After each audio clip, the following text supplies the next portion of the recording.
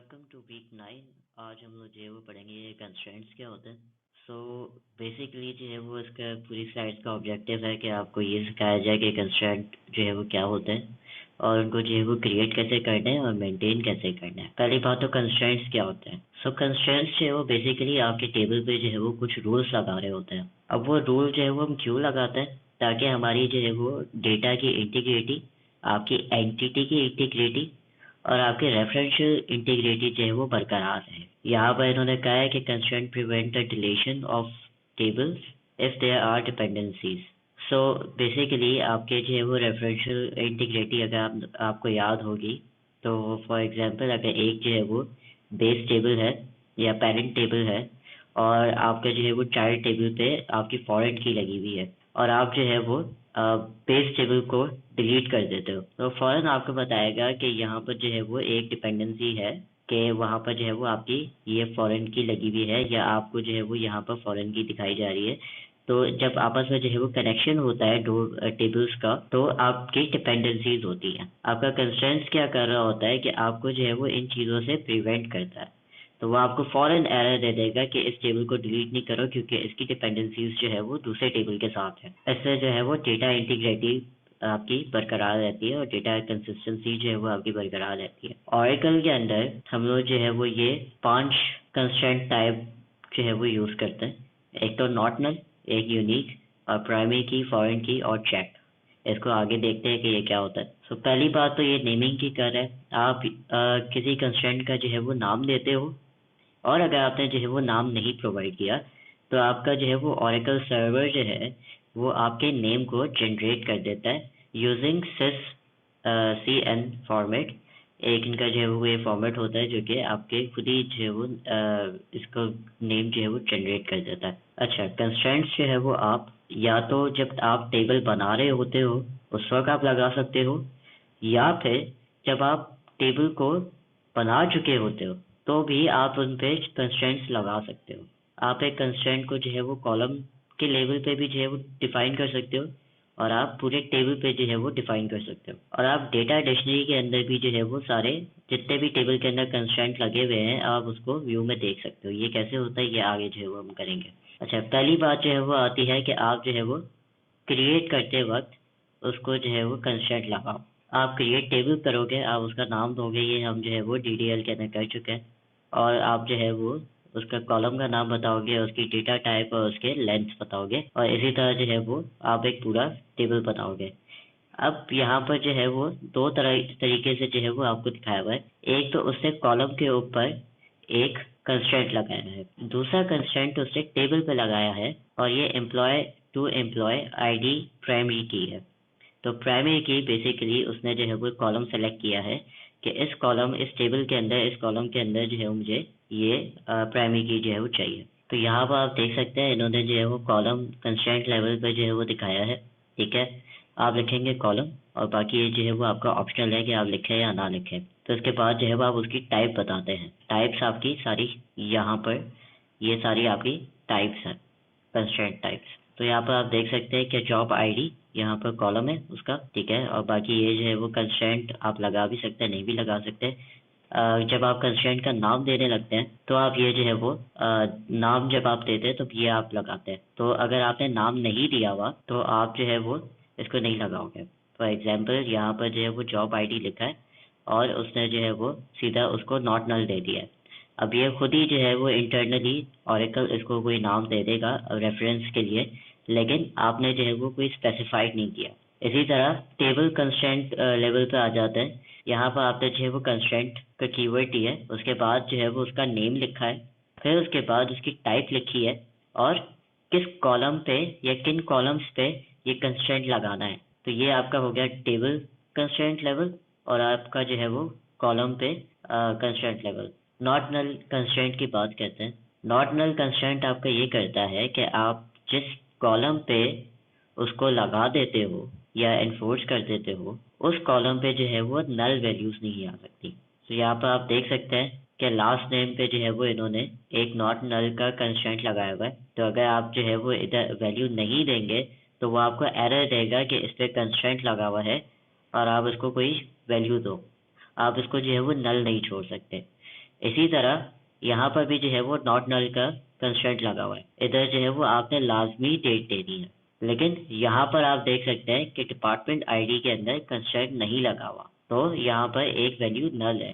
तो इसका मतलब यहाँ पर जो है वो इन्होंने ये कंस्ट्रेंट नहीं लगाया हुआ। तो ये जैसे कि मैंने ऊपर बताया, तो यहाँ पर जो है वो इन्होंने कॉलम लेवल पे जो है वो डिफाइन किया हुआ है कि लास्ट नेम के ऊपर जो है वो नॉट नल टाइप का कंस्ट्रेंट लगा हुआ है, लेकिन इस पे जो है वो आपने कोई नाम नहीं दिया, तो ये सिस्टम नेम्ड है।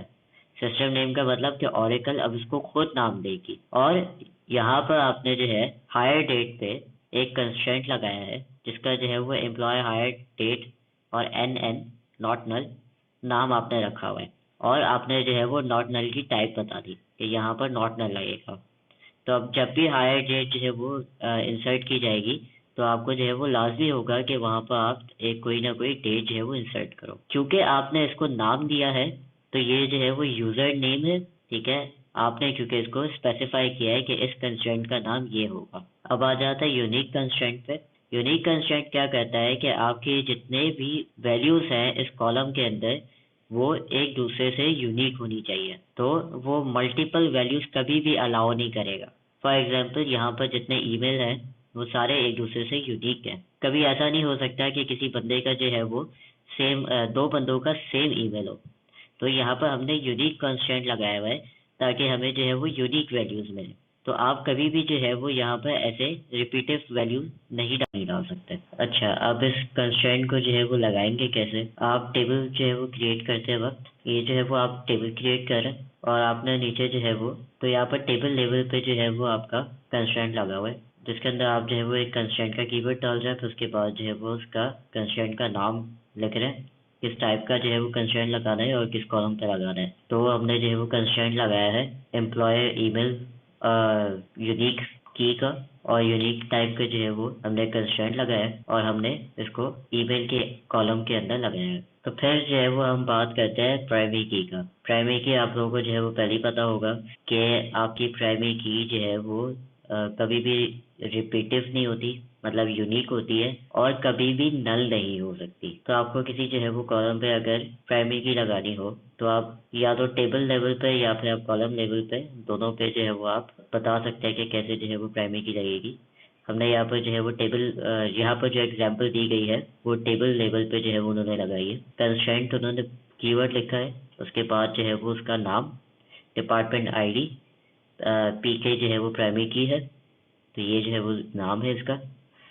फिर उसके बाद जो है वो यहाँ पर प्राइमरी की का टाइप बताया हुआ है कि ये कंस्ट्रेंट की टाइप प्राइमरी की है, और डिपार्टमेंट आईडी के ऊपर जो है ये कॉलम नेम है, डिपार्टमेंट आईडी के ऊपर ये हमने कंस्ट्रेंट लगाया। यहाँ पर आप देख सकते हैं कि यहाँ पर इन्होंने जो है वो एक कॉलम पे भी जो है कंस्ट्रेंट लगाया हुआ है। तो डिपार्टमेंट नेम के कॉलम के ऊपर इन्होंने जो है वो कंस्ट्रेंट का कीवर्ड देके उसका नाम जो है वो दिया है कि डिपार्टमेंट नेम नॉट नल, और उसकी जो है वो टाइप दे दी है। फिर हम बात करते हैं फॉरेन की। फॉरेन की जो है वो आपकी चाइल्ड टेबल के अंदर जो है वो प्रेजेंट होती है और आपको जो है वो आपके पेरेंट टेबल से कनेक्ट कर रही होती है। ये कंस्ट्रेंट जो है आपका रेफरेंशियल इंटीग्रिटी को जो है वो एनफोर्स करेगा। इसका मतलब ये है कि आप कोई जो है वो कोई ऐसी आईडी डालने की कोशिश करें जो कि पेरेंट टेबल के अंदर एग्जिस्ट ना करती हो, तो वो जो है वो आपको एरर देगा। या फिर आप जो है वो वहाँ से कोई पेरेंट टेबल से आप आईडी डिलीट कर देते हैं, तो वो आपको यहाँ पर एरर देगा। तो ये फॉरेन की कंस्ट्रेंट आप तब लगाते हो जब आपके जो है वो दो टेबल आपस में जो है वो कनेक्ट हो रहे हो थ्रू फॉरेन की। अब यहाँ पर जो है वो इन्होंने एग्जांपल दी हुई है फॉरेन की लगाने की। तो फॉरेन की लगाने के लिए जो है वो आप कंस्ट्रेंट लिखेंगे, ये टेबल लेवल पे जो है वो आप देख रहे हुआ है, तो आप कंस्ट्रेंट लिखेंगे। फिर आप जो है वो उस पर उसका नाम देंगे कि हम जो है वो एम्प्लॉय डिपार्टमेंट ऑफ फॉरेन की कर रहे हैं, कि हमें याद है कि एम्प्लॉय से डिपार्टमेंट से कनेक्शन हो रहा है फॉरेन की के थ्रू। फिर यहाँ पर जो है वो कंस्ट्रेंट की टाइप देंगे कि फॉरेन की कंस्ट्रेंट है और किस कॉलम पे जो है वो आपने लगानी है। अब यहाँ पर आप नोट कर रहे होंगे कि ये जो है वो चाइल्ड है, फॉरेन की इस पे लग रही है, तो ये आपका चाइल्ड हुआ। तो ये रेफरेंस किसको कर रहा है? ये आपके पेरेंट को कर रहा है। आपके पेरेंट टेबल को यहाँ पर जो है वो ये रेफरेंस कर रहा है, और डिपार्टमेंट और उसके जो है वो डिपार्टमेंट आईडी जो उसकी प्राइमरी की है वो यहाँ पर एज अ फॉरेन की आएगी। यहाँ पर आप देख सकते हैं कि इन्होंने जो है वो मल्टीपल कंस्ट्रेंट दिए हुए हैं। तो बेसिकली या तो आप जो है वो कॉलम लेवल पे कि जब आप कॉलम क्रिएट कर रहे हो तो उसी वक्त जो है वो बता दो कि यहाँ पर ये कंस्ट्रेंट आएगा। यहाँ पर जब आप जो है वो पूरा टेबल क्रिएट कर चुके हो तो उसके एंड के अंदर जो है वो आप सारे के सारे मेंशन कर देते हो कि अच्छा ये कंस्ट्रेंट जो है वो इसके ऊपर लगेगा, ये कंस्ट्रेंट इसके ऊपर लगेगा।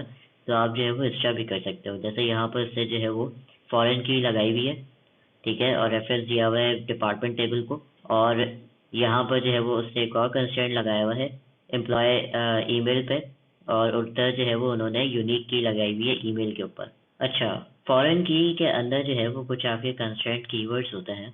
फॉरेन की जो है वो आपकी डिफाइन करती है आपके चाइल्ड टेबल को। तो यहाँ पर जब हमने जो है वो कहा कि फॉरेन की और टेबल का नाम कॉलम का नाम दिया, तो यहाँ पर हमने जो है वो रेफर किसको किया है, चाइल्ड को।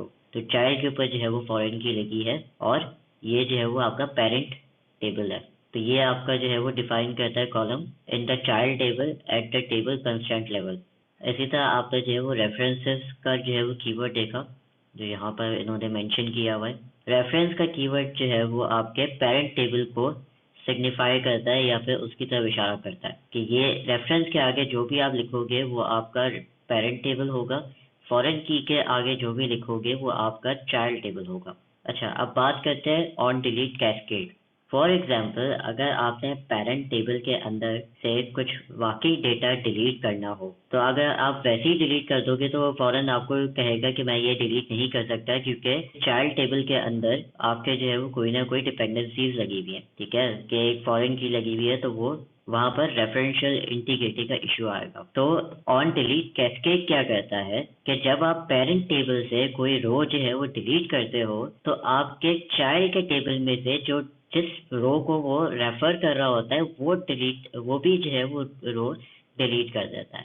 अच्छा, फॉर एग्जाम्पल, अगर आप जो है आप एक डेटा डिलीट करते हैं पेरेंट टेबल में, लेकिन आपको चाइल्ड टेबल के अंदर जहाँ पर फॉरेन की लगी हुई है वहाँ पर आपको डेटा डिलीट नहीं करना, तो आप क्या करोगे कि उस फॉरेन की को नल जो है वो वैल्यू दे दोगे। तो ऑन डिलीट सेट नल जो है वो ये करता है कि आपके पेरेंट टेबल में से तो डेटा आपकी रो डिलीट हो गई, लेकिन उसकी प्राइमरी की पे जो भी रो डिपेंड कर रही है उसकी जो फॉरेन की है उसको नल कर दो। फिर हम आ जाते हैं चेक कॉन्स्टेंट पे।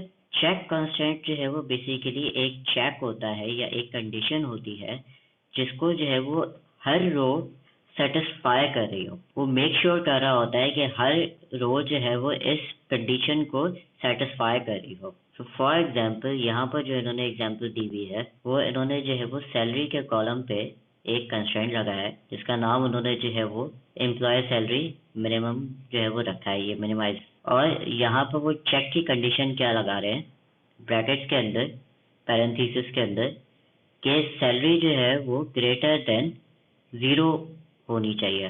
तो मतलब क्या हुआ कि अगर 0 से ऊपर वैल्यू होगी तो इसमें एंटर करने दो, वरना जो है वो नहीं एंटर करने दो इस वैल्यू को। फॉर एग्जांपल, अगर मैं यहाँ पर -1 लिखना चाहूँ या माइनस की कोई वैल्यू देना चाहूँ, या फिर मैं 0 ही कर दूँ, 0 की वैल्यू दे दूँ, तो ये मुझे जो है वो बोलेगा कि नहीं, आप जो है वो इस कंडीशन को जो है वो सेटिस्फाई नहीं करता, तो मैं इस वैल्यू को भी अंदर नहीं डालूंगा। तो अगर मैं 1 करता हूँ तो ये वैल्यू को, ये कंडीशन को सेटिस्फाई करता है, तो ये 1 जो है वो इंसर्ट कर देगा, लेकिन 0 या 0 से नीचे जो माइनस में नंबर होते हैं उनको नहीं करेगा। अच्छा, अब फॉर एग्जांपल आपने जो है वो अपना टेबल पूरा बना लिया है, ठीक है, और अब आपको जो है वो कुछ कंस्ट्रेंट्स लगाने हैं। तो आप क्या करोगे, कंस्ट्रेंट्स को जो है वो उस टेबल में ऐड करोगे। तो हमें पता है कि हम टीटीएल के अंदर पढ़ के आए हैं कि अगर हमें टेबल के अंदर कोई चेंजेस करनी हो तो हम जो है वो ऑल्टर टेबल की स्टेटमेंट यूज करते हैं। तो इसके अंदर जो है वो आप ऑल्टर टेबल यूज कर सकते हो ऐड या ड्रॉप करने के लिए कंस्ट्रेंट को, बट आप इसके स्ट्रक्चर को मॉडिफाई नहीं कर सकते। आप जो है वो अपने कंस्ट्रेंट को जो है वो वक्ती तौर पे अनेबल या डिसेबल भी कर सकते हो, और आप जो है वो नॉट नल का जो है वो कंस्ट्रेंट भी ऐड कर सकते हो यूजिंग मॉडिफाई क्लॉज। तो यहाँ पर इसके सिंटैक्स पे आते हैं। आप जो है वो ऑल्टर टेबल करोगे, टेबल का नाम दोगे, और फिर यहाँ पर कीवर्ड लिखोगे ऐड। यहाँ पर आप कंस्ट्रेंट लिख के उसका नाम जो है वो मेंशन करोगे। अगर आप नहीं करते तो सिस्टम मेंशन कर देगा खुद ब खुद, ये ऑप्शनल है। फिर आप जो है वो टाइप लिखोगे उसकी कि आपको कौन सा कंस्ट्रेंट लगाना है, किस टाइप के लगाना है, और आप कॉलम मेंशन करोगे या किस कॉलम पे जो है वो आपने वो कंस्ट्रेंट लगाना है। तो यहाँ पर एक फॉरेन की हम लोग जो है वो लगा रहे हैं मैनेजर आईडी पे, जो कि एम्प्लॉय टेबल के अंदर ही एग्जिस्ट करता है। तो हम जो है वो एम्प्लॉय के टेबल के अंदर ही एक फॉरेन की लगा रहे हैं, ताकि हम ये जो है वो वैलिडेट कर सके, या ये हम जो है वो पक्का कर सके कि यहाँ पर जो बंदा मैनेजर है वो वहाँ का एम्प्लॉय है या नहीं। अगर वो एम्प्लॉय नहीं है तो वो मैनेजर कैसे बन गया। तो इस वजह से हम लोग जो है वो ये की लगा रहे हैं। तो यहाँ पर हम कह रहे हैं कि ऑल्टर टेबल, एम्प्लॉय का टेबल जो है वो ऑल्टर करो और उस पर जो है वो ऐड करो कंस्ट्रेंट, और यहाँ पर उसका नाम जो है वो मेंशन है कि एम्प्लॉय मैनेजर फॉरेन की। फिर फॉरेन की लगाओ मैनेजर आईडी पे, और रेफरेंस किसको कर रहा है, एम्प्लॉय को। मतलब एम्प्लॉय जो है वो आपका पेरेंट टेबल है, ये उसकी प्राइमरी की है, और ये प्राइमरी की एज अ फॉरेन की आपके मैनेजर आईडी पे जा रही है। तो अगर एम्प्लॉय के टेबल में ये आईडी एग्जिस्ट करती होगी तो ही वो मैनेजर बन सकता है, वरना अगर आप किसी की भी जो है वो आईडी डाल दो और वो एम्प्लॉय की आईडी से मैच नहीं करती, तो वो कहेगा कि ये जो है वो इंटीग्रेट रेफरेंशियल जो है वो इंटीग्रिटी का जो है वो फिर इशू आ जाएगा। यहाँ पर आप देख सकते हैं कि एम्प्लॉय के अंदर एम्प्लॉय आईडी है और उसको जो है वो कोई मैनेजर असाइन हुआ है।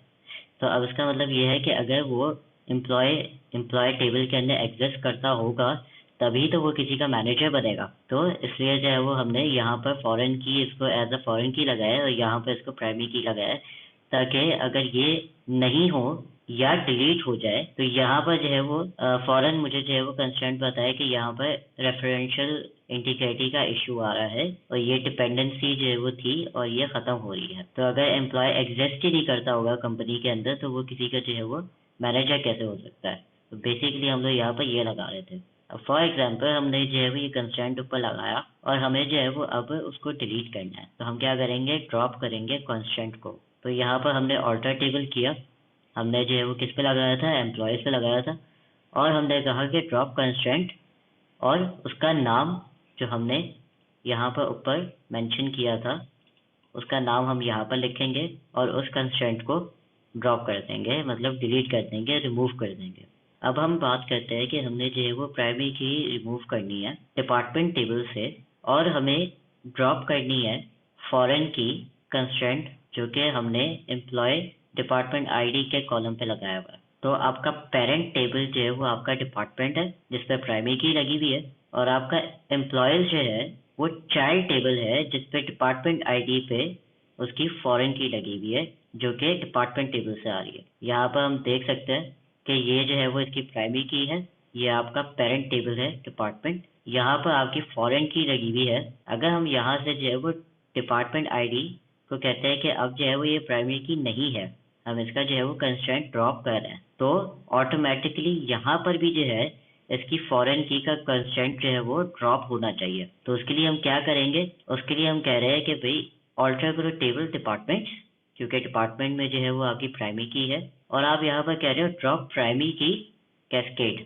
कैस्केड का मतलब है कि आप इसके आगे आने वाली कोई भी डिपेंडेंसीज हो उनको भी जो है वो ड्रॉप कर देना। तो यहाँ पर जो है वो हमारी प्राइमरी की है और जहाँ पर उसकी फॉरेन की होगी वो उसको उसके कंस्ट्रेंट को जो है वो ड्रॉप कर देगा। तो इस कोड को चलाने के बाद ना ये प्राइमरी की रहेगी और ना ये फॉरेन की रहेगी, तो आपस में इनका कोई जो है वो कनेक्शन नहीं होगा। अच्छा, कभी कभार जो है वो हमें इंटीग्रिटी कंस्ट्रेंट को जो है वो डीएक्टिवेट भी करना पड़ता है। हो सकता है हम कुछ अपडेट कर रहे हो सकता है जो है वो हम इंसर्शन वगैरह या कुछ मैनेज कर रहे हो अपने डेटाबेस के अंदर, और हमें थोड़ी देर के लिए जो है वो आपके इंटीग्रिटी कंस्ट्रेंट या फिर आप ये जितने भी कंस्ट्रेंट लगा रहे हैं उनको जो है वो कभी डिसेबल या डीएक्टिवेट करना हो, तो इसके लिए जो है वो हम क्या करेंगे, हम ऑल्टर टेबल लिखेंगे कीवर्ड्स और फिर उसके बाद जो है वो टेबल का नाम मेंशन करेंगे। तो उसके बाद हम कहेंगे कि उसको डिसेबल करो कंस्ट्रेंट को और कंस्ट्रेंट का नाम लिखेंगे।